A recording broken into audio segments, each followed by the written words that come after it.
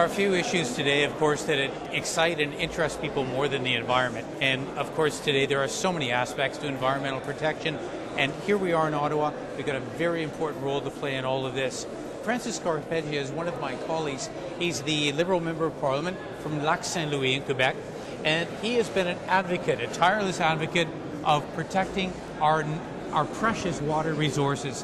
And you're about to introduce yet another motion. You're taking another shot at it, right? Well, Tell us a little bit about that. Essentially, I sit on the Environment Committee, and I sat in on the hearings a couple of years ago on the Great Lakes Charter Annex Implementation Agreement. It's a big mouthful, but the idea is to prevent the export of water to the United States. So I've been following the issue for quite a while.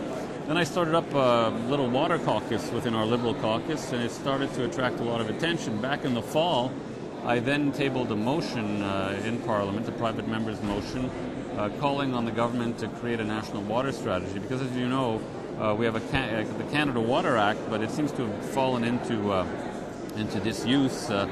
And there was a national water strategy developed in 1987, but the directorate that was created to kind of implement that strategy was disbanded. And so I thought it was time for a focus on the issue, a renewed focus. So I tabled this motion, and then a little while later I saw that there were a couple of other motions from some of our colleagues from the NDP.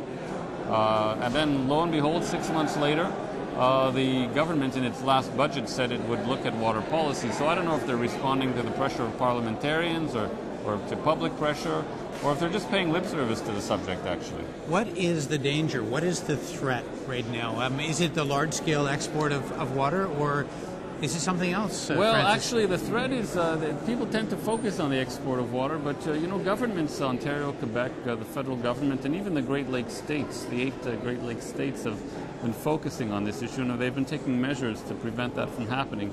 I mean, excuse the pun, I mean, there's no watertight solution. Mm-hmm. We don't ban the export of water, but we have other rules in place that make it pretty much impossible. And the same with the Great Lakes states. The real issue in Canada is that we don't have very good drinking water as a whole. I mean, there are some communities in Newfoundland, for example, that are still boiling their water. I mean, it's an oil-rich province, and they're still boiling their water. We have more water advisories today, apparently, in Ontario than we did at the time of Walkerton. Mm-hmm. So we're missing some national drinking water standards. We have some very loose standards that were created with the help of the provincial governments and the territorial governments.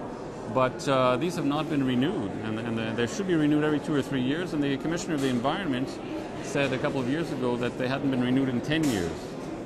So there's a problem with drinking water quality.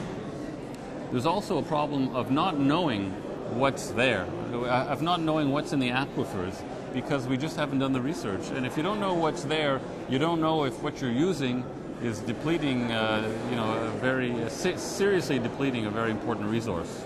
What would be our party's position if we were to form government tomorrow? How do we deal with this issue best? Yeah, well, this is what we're working on with the Liberal Water Caucus and the Liberal Environment and Sustainable Development Caucus. We're trying to really pinpoint the best measures that we could take, and one might be to sort of push for a stronger federal role in research and in mapping the watersheds and aquifers across Canada. You know, in the United States, citizens can go to a website, press their I think it's their postal code or their digital phone area code, and find out if there are water advisories in their area. We can't do that in Canada because we just don't have the database. Mm-hmm. Oh, that would be most worthwhile, yeah. Absolutely, I think. All right, good. Well, good luck with that motion. Thank you. Thanks for having me on. It's important. Yeah, excellent. good. Thank Thanks, you. Garth. Bye-bye. Great. Watch that mic. Thank you for watching MPtv.